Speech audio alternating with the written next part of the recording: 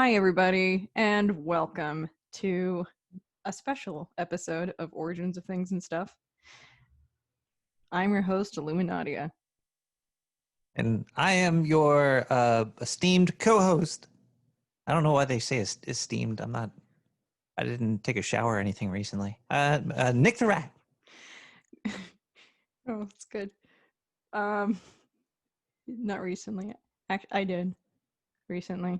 Yeah, so this episode, man, this is a special episode. It's not really about an origins of anything, except I will be talking briefly about the invention of this particular thing. So a lot of my followers requested more information on PCR and how it works and how to analyze it.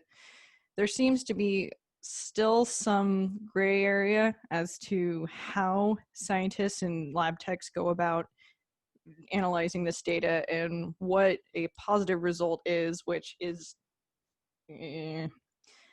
I'll explain later why I don't like that. So, background on me, for those who don't know, my official title is Associate Scientist. I don't hold a PhD. I do research though. My name will be listed in publications, but it won't be the first name listed. Let's just put it that way.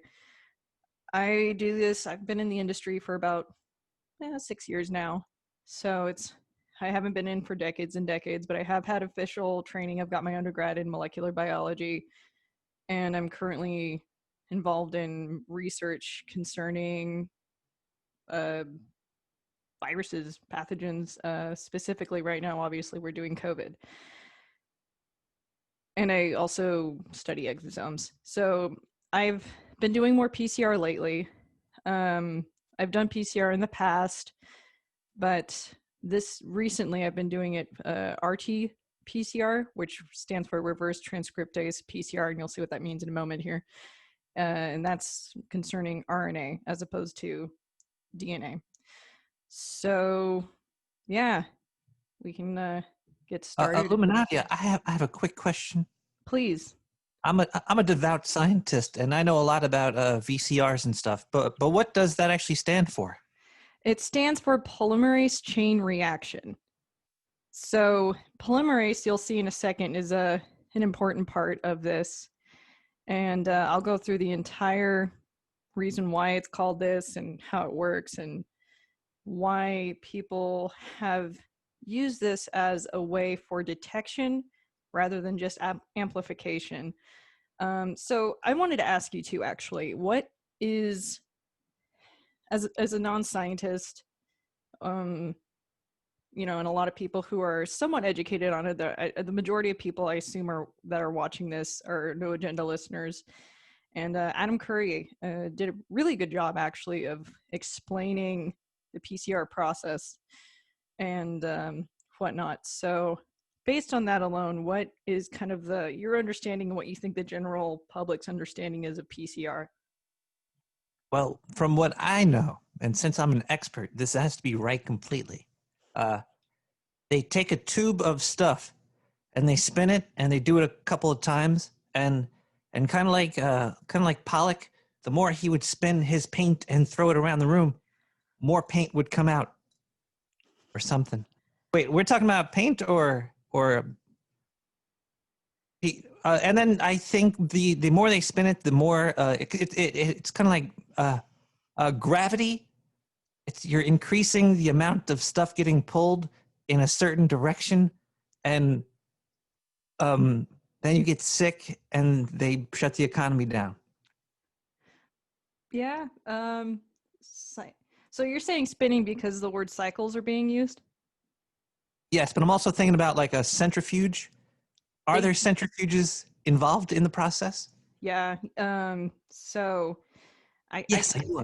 yeah, but it's not. It's only for like 5 seconds, just to get the sample down to the bottom of the wells that are being used for actually running the process. So I'll explain what cycles are, too. So let me see here. So I was completely wrong. It's okay.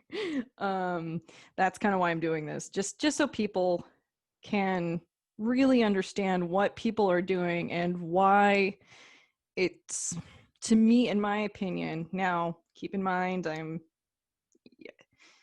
I'm a scientist, but I haven't been doing this for decades and decades. It's just Well, science is meant to be debated anyway. So exactly. you're giving your point, and if somebody has another point, we could converse with them like adults. Yeah. My biggest problem now is when people talk about science, they're saying that it's an undisputed fact. And the nature of science is that we're studying things that are disputable and that are still being tested currently. Science stops being, it's a thing, it's a process, it's not a thing. It's become deified almost. It's almost like, oh, hail science or whatever. It's a process. And when you say, a scientific process is an ongoing thing until something becomes a law, such as the law of gravity. It's been proven over and over and over and over and over again without fail that it exists. So now it's a law. It was made a law through science, but it's the scientific process for that is, it's a law. It's done. Everything else is still debatable. Things that were back in the day that were concluded as being truth is no longer true now because people have continued to question it. So the fact that's my biggest pet peeve is, oh, science is, it's this all conclusive thing. It's not. There are many scientific studies that can suggest certain now I use the word suggest very specifically. It's suggesting.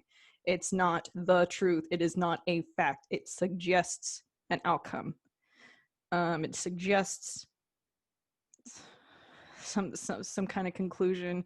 Now, there are majority of scientists can say, yes, I agree with this assumption, or there are, for every scientific study that says one thing, there is definitely another scientific study that says the opposite or refutes it. So that is what science is. It's not something to be used as a definite argument, just coming from a scientist. So just that whole bullshit about that really irritates me. It kind of sends me over the edge a little bit. And the thing is, too, is scientists are people. They're not these like purely logical automatons that do the science. They're people too. They're emotional. They're irrational. They're led by emotion just like everybody else. So it's okay to dispute scientists as well. They're people. I'm a person, people are emotional creatures. We're not logical. All of our decisions are based on emotional leanings. So, scientists, I mean, we're desperate for funding from the government or from, we need to output certain data. And I've seen plenty of scientists, and this has been reported plenty of times, that have falsified data and have done some pretty shady shit in order to get funding from government entities. So it's not uncommon for people to flub data. I kind of cut out during like the last two minutes of what you were saying. Like a minute, maybe about 30 seconds. 30 seconds. Okay. Yeah, then I got your attention. Yeah, well, I guess all I was saying was, scientists are just as illogical as regular people. I mean, the PI, the main lady, she's a virologist, and she's scared shitless of this COVID thing. And she's got access to a lot of data, but it's just fear. What is that noise? Fear can easily overrun logic for people, scientists, everybody.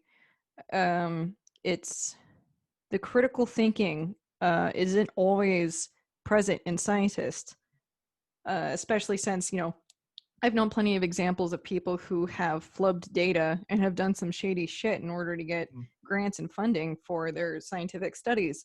So it's not all fail proof. Science should be, it should be questioned just as much as any other thing. So people who tell you that you don't believe in science are the ones who don't believe in science. They don't understand the scientific process and therefore cannot use that argument effectively, unless if they themselves are a scientist, which most of them aren't. And so anyway, there's my rant over.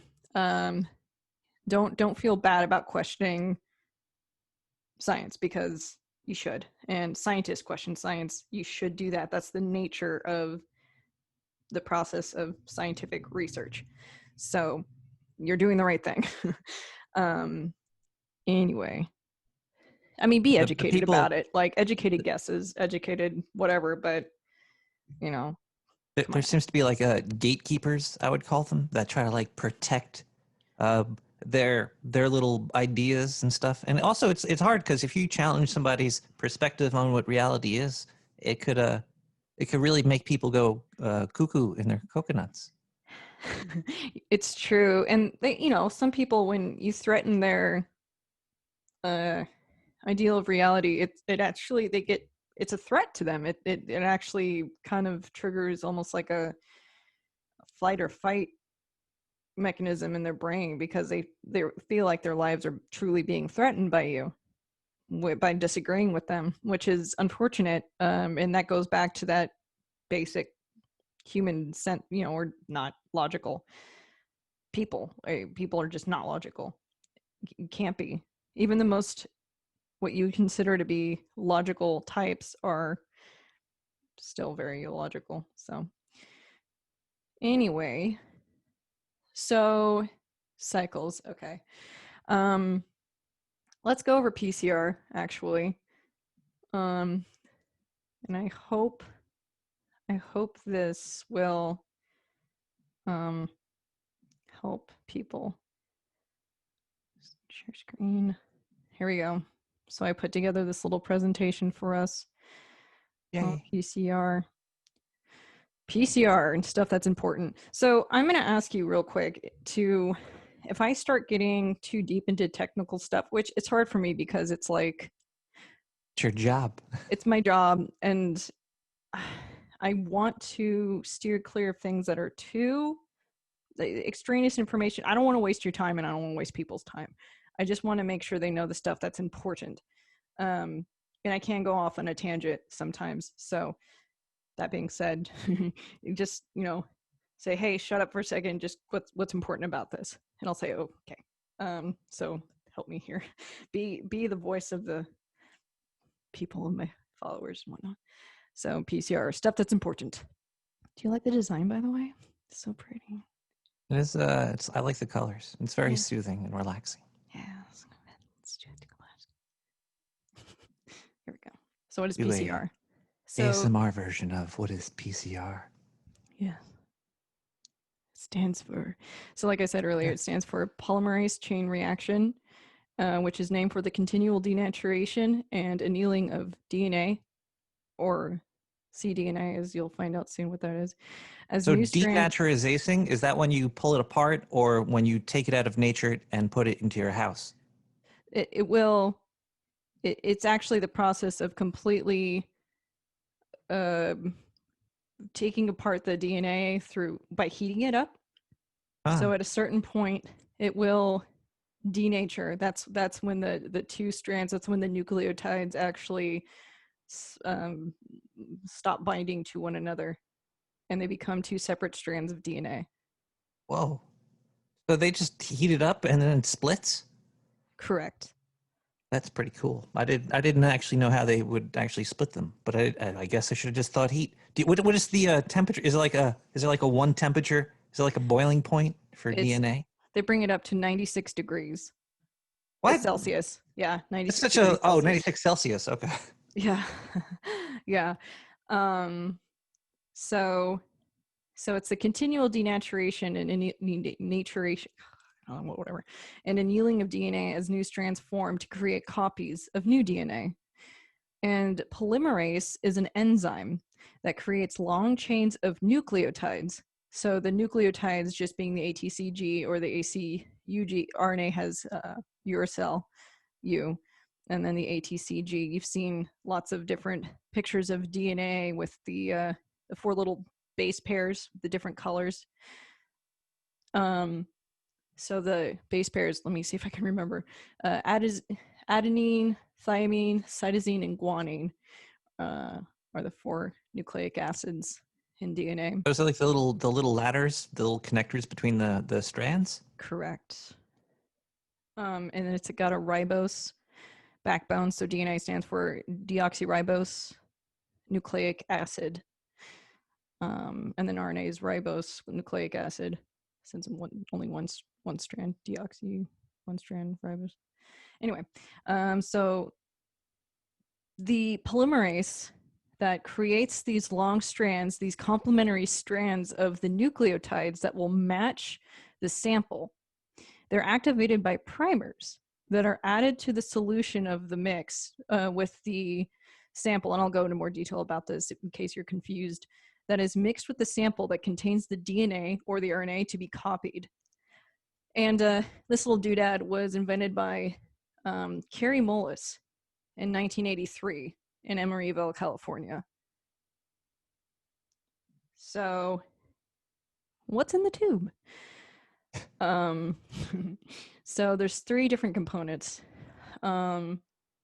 So the master mix, so that polymerase that I mentioned earlier, so most enzymes will themselves denature at 96 degrees Celsius. However, scientists have discovered a thermostable bacteria that they found in hot springs, whose polymerase, which they need to copy DNA and whatnot, will not denature at high temperatures, and therefore have been used for this process of copying DNA. Magnesium chloride is found in there. It's used as sort of a stabilization chemical. I won't go into why it does that. And then DNTPs, which is deoxyribonucleotide triphosphate, which is just a long-ass word for nucleotides used by the polymerase to complete the DNA or RNA or cDNA strands during copying. So bear with me, I have pictures. So then we have primers. Now the primers are very short DNA strands containing the complementary nucleotides specific to the target DNA. So they act as a starting point for the polymerase. So basically these little primers, which are about, I'd say 15 to no more than 30 nucleotides per strand, and which is compared to the like tens of thousands of nucleotides in the entire sequence of the RNA or DNA that you're copying. So they're very small, and they use both sides of the DNA. So when the DNA comes apart, it's got 2 different starting points. It's got a 3' and a 5', which I won't go into why it's called that, but that's just whatever. So they have a forward and reverse primer for each end of the strand for the DNA or the cDNA. And again, I keep saying cDNA. That has to do with copying RNA strands. We need that. You'll see why. Are these primers kind of like in caveman terms, like the beginning and the end of a zipper? Exactly. Yeah, exactly. That's a really good way to put it. Those things always break on me. It gets annoying. Standing like something stuck in there. Why does it do that? A lot of the times primers come with little probes on them. Ooh. So varying probes emit fluorescence when annealing occurs. So that's when you start to see the graph I'm about to show you. So that's just a little background on that. Wait, so it glows? DNA glows when it starts getting built, or the RNA? Or when it so it'll start to glow. So it'll start to fluoresce. And the machine will pick up on the fluorescence and start to chart it in real time. In this case, if you're doing a real-time PCR, it'll start to chart it. You're lying. This stuff's real? Yeah, for sure. Damn. Sounds like magic. Yeah. Well, it's activated by the annealing, so it's not going to emit any signal if it doesn't actually bind. So Doesn't have that zipper primer. yeah, exactly. So I'm gonna get the laser here. Laser. No, not the laser. Not the laser. Oh no. All right, so here we are. So right here is our DNA sample. So that sample is getting mixed in with all that bullshit that I mentioned before with the master mix and the primers and all that stuff. So this is the denaturation step where the sample, everything's getting heated up to 96 degrees Celsius and the DNA comes apart. So then things start to cool down, and that's when the primers come in. They're usually a little bit longer than this, but it's just showing you that they're smaller than the actual entire strand. So primers come in, boink, and if they find their complementary sequences, which are supposed to be and usually are unique to the target DNA. Now we're just focusing on DNA for now. They will bind and it'll cool to about 65 degrees Celsius. And the little probes will come on. And then after that, the polymerase is going to come in and it will initiate the extension stage. And the temperature is brought up just a little tiny bit higher, about 76 degrees. And you get a copy. So then you start the cycle all over again. And this is what I'm talking about, the cycles. The cycling is the heating and the cooling process of the denaturation, the annealing, and the extension. So it goes through 35 to 40 cycles of heating and cooling. They call it thermal cycling. So yeah, I could already see a problem with this. I've worked with video before. This sounds like recording a video and then re-recording the video after you recorded it. It's like a VHS tape that you keep recording over and over and over again with the same data, or at least trying to. Doesn't it get fuzzy after a while or something? I don't know. You'll tell me. I'm not sure. That's what you probably mean. not the best analogy. I'm bad at making analogies, by the way. It's okay. It's fine. I think I know what you mean, but I mean there does come a stopping point when there's nothing else to copy. So you start with 1, then you get 2, then you get 4, and once that goes along, and you get a significant fluorescence, which just means there's a lot of annealing going on and DNA copies being made, you'll start to see an exponential increase in fluorescence. So for RNA, there's an extra step. So RNA, as you know, is single-stranded, and viruses are RNA. Well, COVID specifically is an RNA virus. So in order to amplify these, you need to make what's called cDNA, complementary DNA. And those are the primers that are the primers that are thrown into there will create the cDNA. So once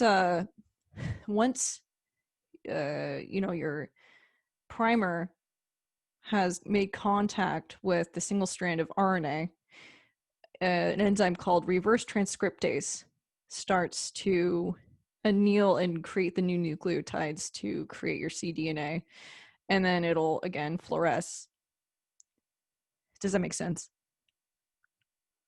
The only thing I'm really lost on is how do you make a primer?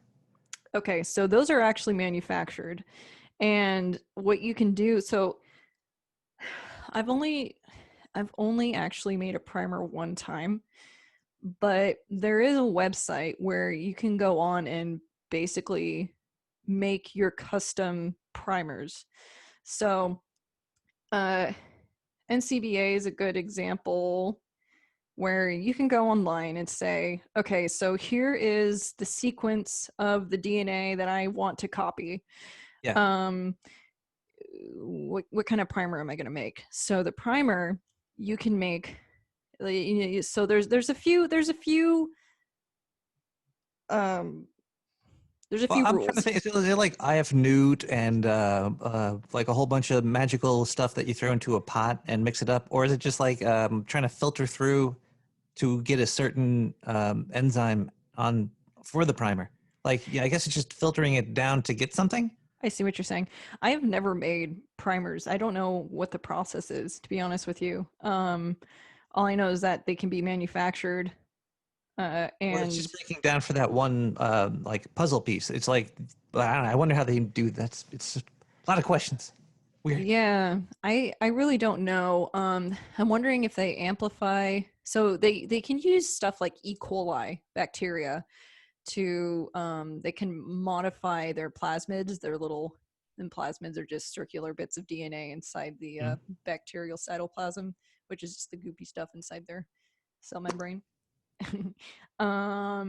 They can actually inject whatever DNA that they want into the bacteria, and then they grow it up Mm. and then kill them And then it all. makes the bacteria. Yeah. And then yeah, and then they can extract their DNA. But as far as I'm not sure if that's how they make primers. This is just a guess. How So they make stuff though. You manipulate bacteria to create the magical goo. maybe I'm not sure if they actually use bacteria. If there's another way, like chemically, that they make them, I really don't know. But that's just my wild guess. Gotcha. All right. Cool. Yeah. So I don't know for sure. All right. So here's my data. I did some dummy data on this is Thermo Fisher uh, COVID-19 um, um PCR kit that they have available. And they have positive controls that you can send. And then I isolated my own RNA, which is labeled Zepto. And then I have some negative controls here. So these three regions here, I have duplicates of three regions of interest. And all those are they code for certain proteins that are expressed by the virus. So what you see here, sorry about my terrible handwriting. It was, um, so, I've seen worse. so the CT here, this is called the CT. It's called the fluorescence threshold. Now, this can be altered by the scientist, and all that is what you determine to be the point where the fluorescence is significantly higher than this background noise here. So all this shit over here that you see that's all jerky and everything, that's just noise. That's just background noise. And all that means is, something's kind of getting picked up that doesn't mean anything. I have some high noise right here. If you can see this line right here, that was an empty well, but it was right next to, this is the well here that corresponds to. It was right next to a positive control, which came out to be, I think it was this one, that did show fluorescence. So it was just refracting into this empty well. And these three things are negative controls. So basically, these contain the primers that will anneal to the specific sites, the specific code that codes for these certain proteins. And then they're just arbitrarily labeled as O or F, N, and S protein. So you always have a negative control to make sure that you're not accidentally expressing something that isn't there. So basically, What is the bottom is cycles. What is the left side graph? That's this illuminescence. I think this will be fluorescence, Fluorescence. unless it's copies per mil. I'm not the the units were cut out, so my bad. I took a picture with my phone. So anyway, Gotcha. so the negative controls have everything except for the actual sample. So, and then as you can see here, it reaches what's called the exponential phase, which just means that the fluorescence is getting to a point where it's indisputably higher and more significant than the background noise. So now that it's crossed the fluorescence threshold, the CT, it has now become what you would call positive for the presence of this target RNA, which this is what I'm growing right now. And then it hits a plateau phase, which just means that, you know, fluorescence is no longer exponential. It's getting detected, but not to as great of a degree as before. So it's slowing down basically. So there's no more stuff for the primers to anneal to, basically. So here we go. And these are the fluorescent units used to map out this data is called relative fluorescence units. And you can see one of my samples got pretty high. I think this was my S protein, I'm not sure. So it uses two different types of dye. One is like a reference dye, and the other one is the actual dye that it reads. I won't go into too much detail on that either. Do you know the machine that records this data? Is it like a fluorescent reader? Yeah, exactly. It's basically got a little camera in it that measures intensity. Oh wow! In real time. And you put like the DNA and the RNA and the primers in like a petri dish under it, and you just slide it in. Like how does Oh, I should have. Fuck. You know what? I really should take a picture or a video of me doing it. So, what you have are these little itty bitty wells on a plate. So you put each sample. I'll go back here. So this is a 96 well plate, but I've only used, you know, these otherwise wells right here. It would look way too complicated. It would be a lot. A lot of people use the whole plate. This is just for I was training somebody, so this is just kind of a dummy thing, right? Easier to see. So each one of these, the volume that there's 25 microliters of sample in each one of these wells. It's a very small amount, and there are these very tiny little conical wells that, as I mentioned before, in order to make sure everything is, you don't want any bubbles in there because that can cause, you know, erratic fluorescent readings as it refracts through the little bubble. Swamp gas. Right. You spin it down for about 5 seconds, make sure everything is all mixed together, everything's all good to go, and you stick it on a little plate. The little plate is the thing that heats everything up, and it looks real cool. A little pneumatic drawer comes out. It's like, and then you stick it on top. And that's how they make eggs at Dunkin' Donuts. They put it on like this thing and they slide it into an. They do? Oh, I didn't know that. Huh. You probably don't eat at Dunkin' Donuts. I did when I was super drunk. I'm like, I need to try Dunkin' Donuts, and all they had was lemon donut. I'm like, fuck it, give me the lemon donut. It was way too sweet. Ugh. Anyway, they're made with Lysol. They taste like Lysol. All right. So you spin them up, you put them in the little wells, you heat them up on the plate, and after you heat them up, yeah. So that you can. So in the software, you can actually program how many cycles. Like you can literally put an infinity sign on the machine if you just you're like, fuck it, I don't care, just infinity things. I don't know why you would, but yeah, you can put any number of cycles that you want. You can put the fluorescence threshold anywhere you want. I'm gonna keep screwing up that name. You know what? So it'll heat it and put it back to be red, and heat it and put it back to be red and heated. Back to be red. I see what you're saying. The fluorescence. Yes. So it's continually watching it. So basically, what it's doing is, as the cycles are going through, it's basically just watching for fluorescence intensity. And but the heater, is it like an oven, or is it like a laser that'll shoot it and make it that temperature and then stop? It's a plate, so it's just like a heating plate. Hot plate. And the hot plate will get hot and then cool and then hot and then cool? Because Correct. I'm trying to see the... trying to figure out what the cycle is. Is it the heating and the cooling of the plate? Correct. Or... Okay. Correct. You know I'm on your level now. Okay. You know what I'm going to do right now? It's going to be fun. Uh-oh. Tequila shots? I'm going to actually pull up a picture of a thermocycler, which I probably should have done that in the first place. I'll pull up the one that I use, Quant Studio 3.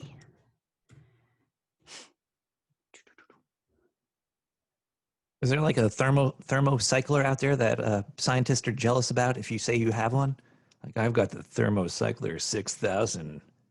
Oh I don't know. All I know is mine's older. Mine's an older model. I would like the Quant Studio. I think it's up to 7 now. Oh, so. Nerds. Oh, yes. All right. So let me throw in a picture of this thermocycler here. Blink.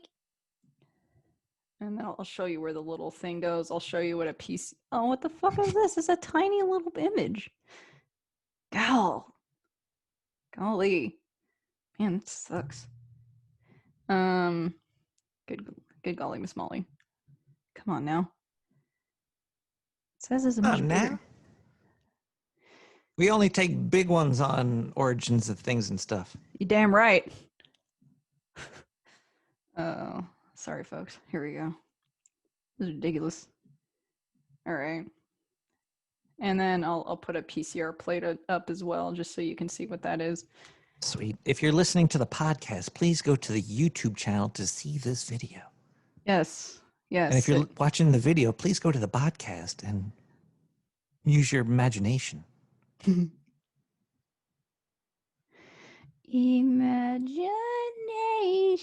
Here we go. Well, I don't want to see your thermal heater already. Where is it? Here we go. I'm done now. I put it up. It's all done. All right. Sorry, folks. Here we go.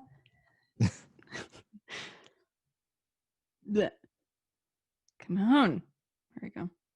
Oh. So this is what cool. it looks like. So this is the drawer right here that opens up, and then you put this thingy in there, and you put a little tiny little bit of sample in there. Is this thing like 2 feet big? Is this like a 2-foot big square box that looks pretty futuristic? 1 foot? Can you hold? It's like can a you foot hold and it? a half wide, and okay. Yeah, so the plate is really tiny. It's like, it looks like an ice cube tray.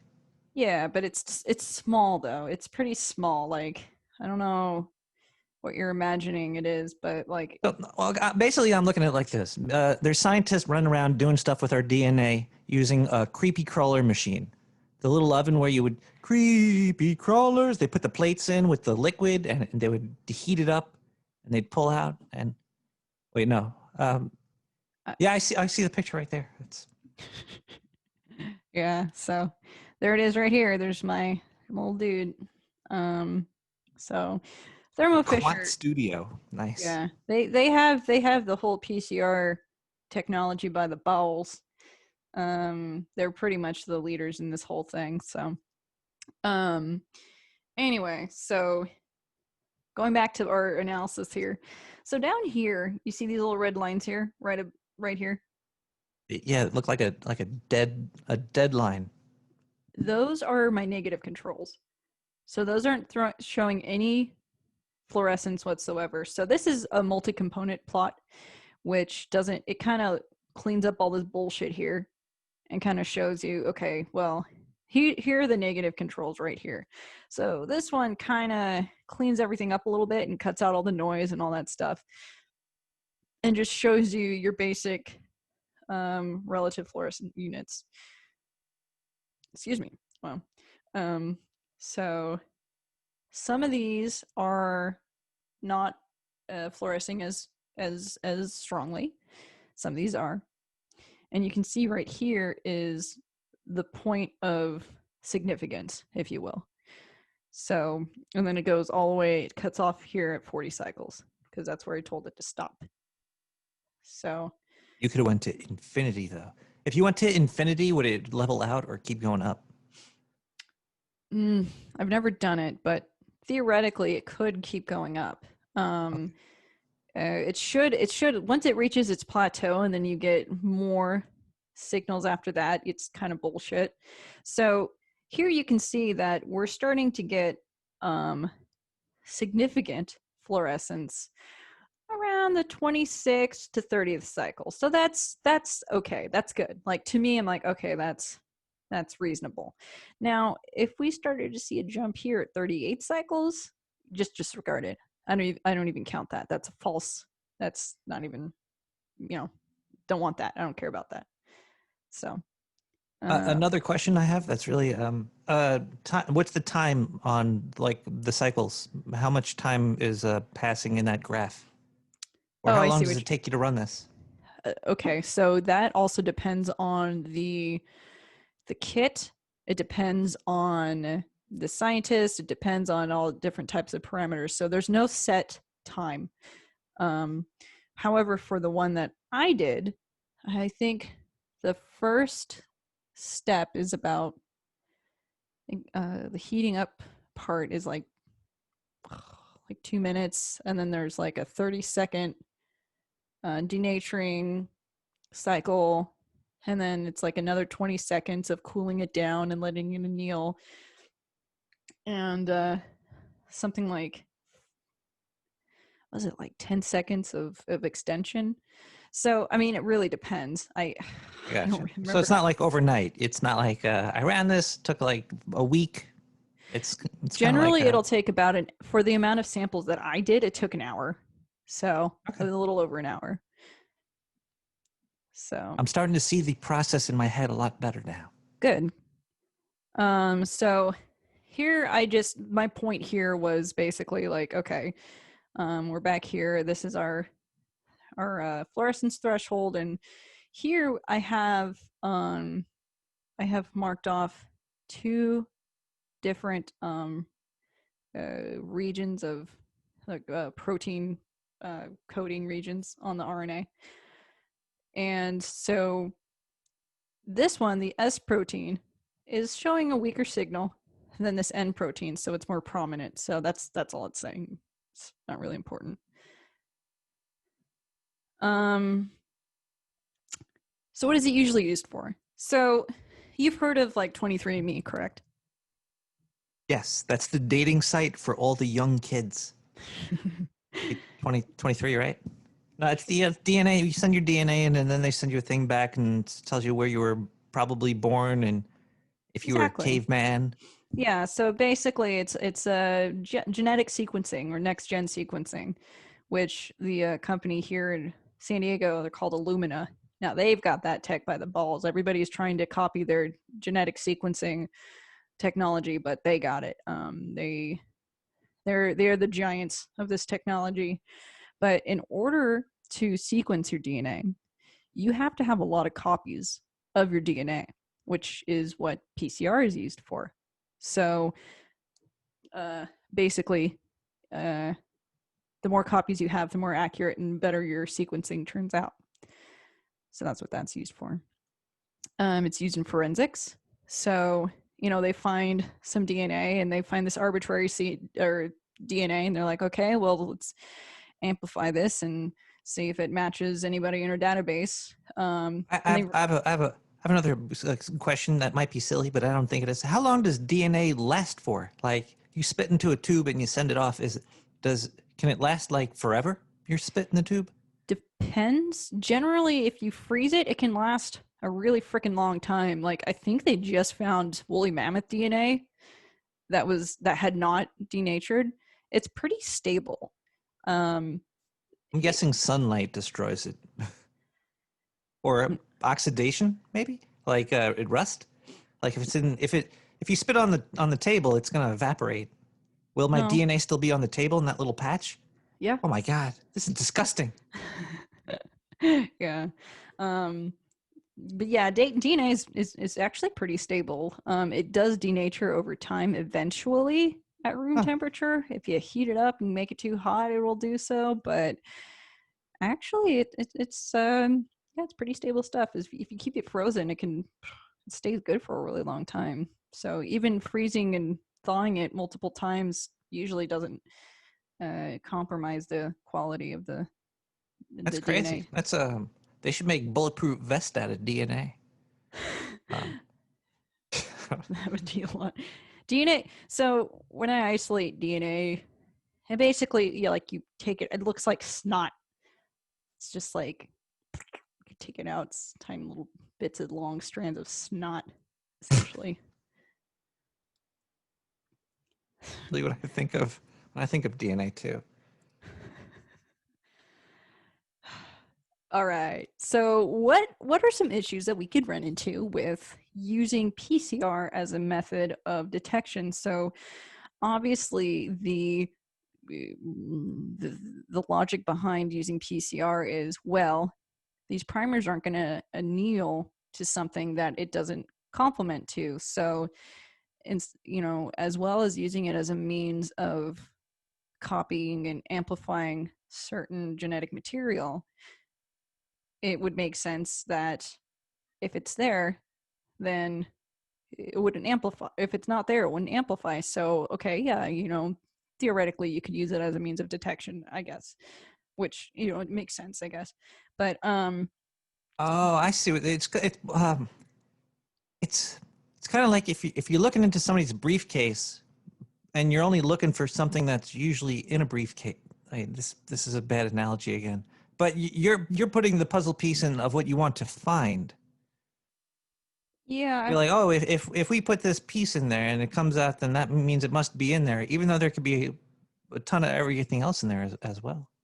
well, I liked Adam's analogy of the microphone. So if you turn up the microphone loud enough, Any freak, yeah.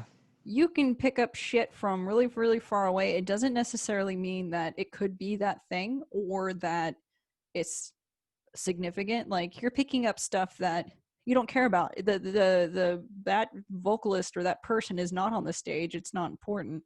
So important. But you could still find it if you're looking for it. Right. So I liked that analogy. The cocaine analogy on the dollar bills is, It's I guess that's good too. I don't know. it's boomer theory right there. It's I thought it was funny. But so what issues can you come into? Can you run into? Well, you can amplify viral RNA from a dead, non-active, and non-infectious virus, like post-infection, or maybe your body's fighting it off and you're just not infectious. And viral genetic material can actually stay in your body for months. And a lot of people are like, well, they can clean it out right away. They can clean it. You can't. I mean, your body conserves its energy. So when it sees something, it's not a threat and it's like getting rid of other shit. It's like, okay, well, we'll get to it basically. But yeah, genetic material from viruses, and this goes for all viruses, obviously. It'll hang around for a while and eventually it'll get recycled. But, it's the same thing with, cellular material and, broken down proteins and amino acids. It's just, everything gets recycled and what if you this is kind of reminding me of Frankenstein and the monster, sort of. And they're are you when they're doing this, are they sort of bringing whatever they're looking for back to life? Like there No. could be a so if it was dead already and you pop it in to look for it in an illuminated fluorescence and you're like, oh, there it is. Will it start to replicate after that? Will it keep going? Is there containment? Is there a force field with electromagnets? Okay, so when I say dead, I'm talking about the actual virus, because the RNA is encapsulated within the virus. So once it's already dead and everything's removed, you still have remaining genetic material left behind. So Yes. that is what's getting amplified.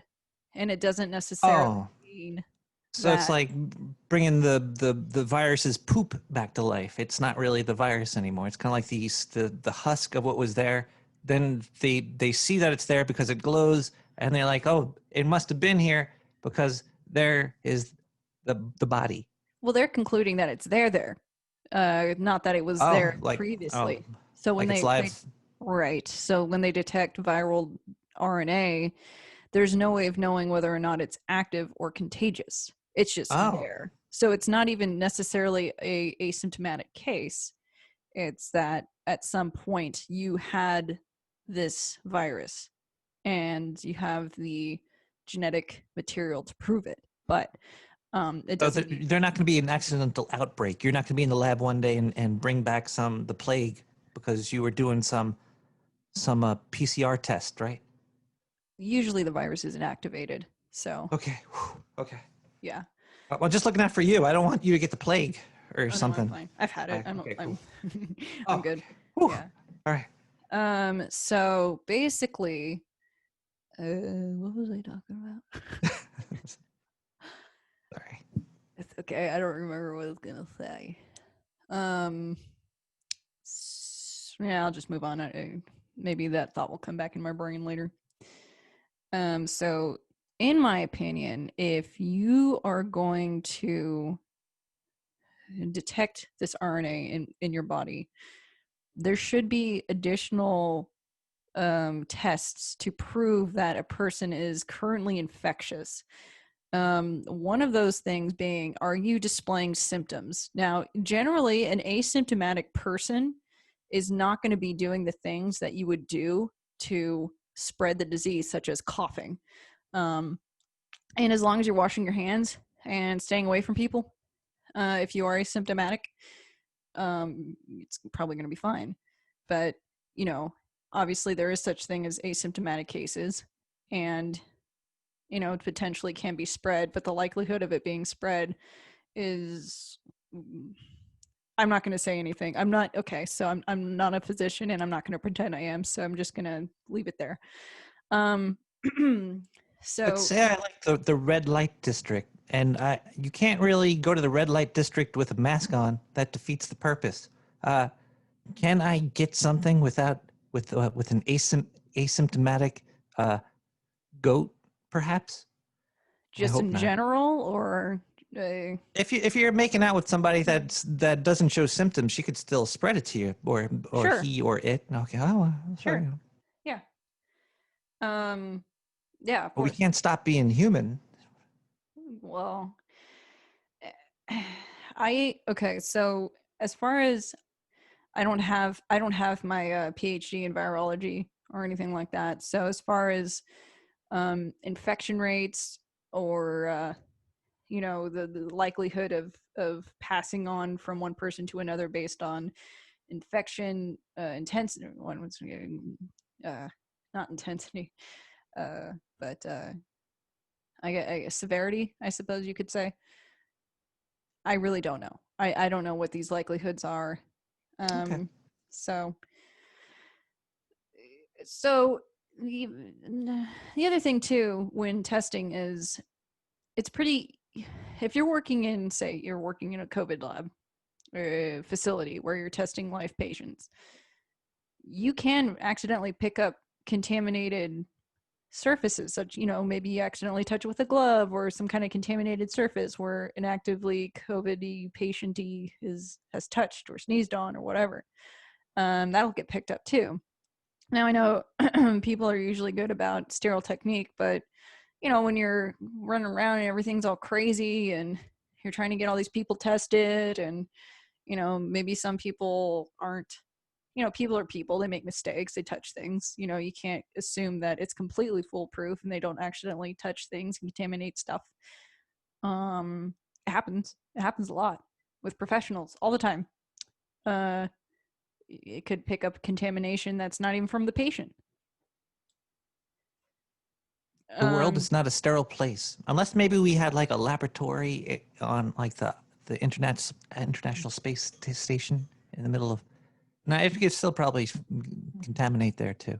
Yeah, people fuck up, and it's gonna happen definitely. sure. Now how often that happens, I don't know. I've accidentally contaminated stuff, so it's not, you know, It's not unheard of. You know, everybody I've I know. contaminated many things personally. I'm oh boy. So the other thing too is there's no standardized cycle amount or threshold or baseline. So there's no standardized worldwide. This is how we test for people for the PCR tests. Every test is different, and you know, reproducibility is the biggest um, consideration when doing, you know, collecting data. You can't, in a laboratory, say in my lab, I can't do a test the same way, or I can't do a test different ways and say that it's the same data. I can't do that. I have to reproduce it the exact same way and show that I get the exact same results. So the fact that there's no standardized method of, you know, sample collection and PCR parameters it makes sense why some people are getting positives and then they get a negative result in a completely different place. It's because there's no, it's not standardized. There's nobody does it the same way. So that's another thing too, is some people are doing 45, maybe even 50 cycles. I heard somewhere that somebody was doing 50 cycles. You know, thresholds, they can be altered. How old is this PCR test? It was invented in, was it 82? So it's still fairly new-ish. Yeah, well, I mean, it Are there wasn't other intended tests? as a test to begin with. Is there other tests that we use to look for viruses? Yes. So I was And actually are those standardized? I'm asking like 10 questions at once, but I just wonder if there are other tests that are standardized. as far as I know, well, the thing is with this particular test, it's called linear flow assay. It's a linear flow assay. So what that is think of a pregnancy test. So the way it works is pee on a stick, and it will react to the HCG hormone that you know, women produce in mass Usually during quantities pregnancy, yeah. during pregnancy, and you're not gonna see it when you're not pregnant. So on the strip, if you remember, it'll turn. There's going to be two lines. There's one that's a positive control, just saying like, yes, I got the sample, and there's another line that'll appear when it says you're pregnant. Now that little line is it reacts. It's got antibodies on it that's been fixed to the strip, and it's an anti-HCG hormone. Am I saying that right? Is it HCG? Anyway, human. So you're trying to say pregnancy tests are virus tests? No, so it's an antibody test, and I'll get to it in a second. So basically, it's got an antibody that will bind with that hormone, and it will turn color as a result. It's called a colorimetric assay. So let me make sure. See. And I guess that is sort of standardized. It's going to either detect it or not, but it's not. It seems like PCR has a wide gamut of things it could detect. It's like it's not specific. It's specific in that When you make it. well, it's specific in that, you know, each virus has its own unique Signature. molecular signature. Exactly. It's got its genetic material is going to be unique from species to species. So they take that into account when they're making those primers. But however, for this particular test, for the lateral flow testing, what they do is, so basically, okay, you get a virus. Your body will start to produce antibodies. Virus. Oh, and yeah. So, well, the virus makes you produce the virus too, right? It goes into your DNA and starts making more virus, and then you have antibodies that fight it, and your body makes that too. So antibodies don't actually do the fighting. That's a common misconception. So the antibodies are actually just beacons for your immune system saying, hey, here's a threat right here, come attack this. And so your immune system, you know, with your killer B cells and whatnot, those are the things that actually come by and destroy the virus. The antibodies are just special beacons. They don't do anything except alert your immune system. Okay. So, you have certain enzymes in your body, like proteins, like IgG, that will eventually detect the signature of the outside of the virus based on proteins. So the virus, the COVID-19, has a specific, it's called a spike protein. And your body will start to recognize the signature, the binding site of this protein, and then it will make antibodies that will literally match the binding sites of the spike protein. And, you know, once the threat's detected, they start making it. It's a little delayed. It'll take about 1 to 3 weeks for your body to make a detectable amount of antibodies for binding and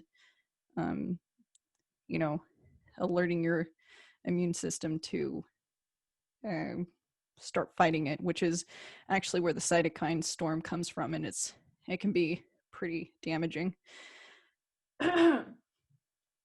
So, going back to the lateral flow testing, basically what the strip is that they're using right now to test for COVID is simulating that spike protein. So when they take a blood sample, they spin it down for your serum, and they run the serum over the strip, and a colorimetric reaction will occur in the presence of the IgG containing the binding sites for that specific viral spike protein. Does that make sense? Yes, that's Okay. how it detects. Yes, I got that. Yes. Okay. And it's going to be specific to that. It's not going to be, and I think that's a much more reliable test. But obviously the problem is, like I said, it's delayed. You're going to have these antibodies being created in detectable amounts, you know, well after the infection's already occurred. Already ran its course. Yeah. Huh. Wow. So, You're damned if you do, and you're damned if you don't. It seems. well, you know, let's see. Let's stop the share. Okay, so that's what I have. Did you have any more questions about what I showed you? I think I understand it a lot better now. The spinning thing I had, when the confusion with the cycles was wrong. There's no mechanical movement. It is a heating process that binds DNA and RNA and all those things with detectors that will glow if it detects it after a certain number of these cycles. Or some. Or that's a good. little bit of the gist. Yeah, that's good. That's good. It works. Yeah, I'm good. Were there any questions from, did you get any questions sent You in? know, when I had looked last, I did not receive any, unfortunately, but I can look again. Gmail. Gmail. Gonna look on my Gmail. You'll probably get a lot more questions after the episode airs. Probably. I don't know. I get the feeling that people are going to share this a lot, so I'm nervous. But maybe not. Maybe not. Maybe we'll just stay within our little circle. Well, you shouldn't be nervous anyway. Like, what would there be to be nervous about? That you said something wrong? If you did, then somebody should just correct you or give you more information in a different area. But yeah, it should open up a good conversation. Yeah. Yeah. Well, I didn't get any emails, so I'm sad about that. Yeah, me too. I hate when people don't participate. I like participation. I do too. And the reason why I did this in the first place is because people are asking for it. So kind of nixed the the political episode, which is still pending. So that one's good. Politics, origins of politics. So that'll be next week. But Well, I guess that's that. I'm just gonna put this bad boy together and slap it up on YouTube and see what people say. That sounds great, Illuminati. And don't forget to check out the next origins of things and stuff when we do it. When we do it. Yeah, sorry about migraines last week were absolutely fucking brutal. I'm getting nerve block. Like I'm just like, at first they offered, I'm like, no, I don't want a nerve block. It sounds horrible. They're sticking needles in they want to stick them in my occipital nerve clusters. how And do they? yeah, I mean, apparently it's a tiny needle and it's not actually a big deal. So, but before I was like, oh, that sounds scary. I hate it. And then I had that chain of migraines and I'm like, stab me now. Please, fucking God, please make it stop. So, yeah, I've never looked forward to getting stabbed in the back of my head so much as I am now. I think go through the back of your head. Yeah. So they'll go up here. So it'll be. Well, that's hot. Ugh. Like it goes. Apparently it's not that big of a deal. So, and my pain threshold's pretty good. So, but yeah, I've never. Is it a local anesthetics or do they knock you out? It's local. It's yeah. They don't knock you out. You're awake for the whole thing. It's just like they're like boink, and then I guess it's uncomfortable for like 15 minutes because of the volume of the fluid that's in there, and then it's like a miracle, like things just like stop hurting. So it's like Drano for the braino. Yeah, that's fun. Cool. Well, thanks so much. I appreciate all your questions. I think hopefully it cleared up some questions for people on what this whole thing is and why it works. So yeah, I saw it's just a lot of confusion that I noticed, and I just really wanted to make sure people understood what the whole thing is and whatnot. I think this will definitely help. It's cleared up a lot of my confusion. It's been super helpful. All the questions I had, you had a very good answer for it, and I have a good time frame and the physical things and how it actually would do, and I feel illuminated, Illuminatia. Excellent. This is the goal of this show. Fluorescence.